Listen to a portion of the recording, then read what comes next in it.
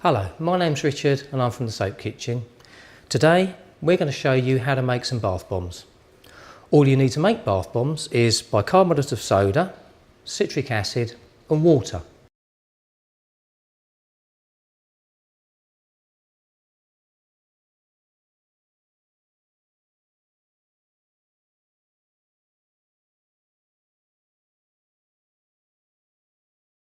For this recipe we're going to show you how to add a little more interest to your bath bombs. In this case it's simply with dried flower petals and some essential oils.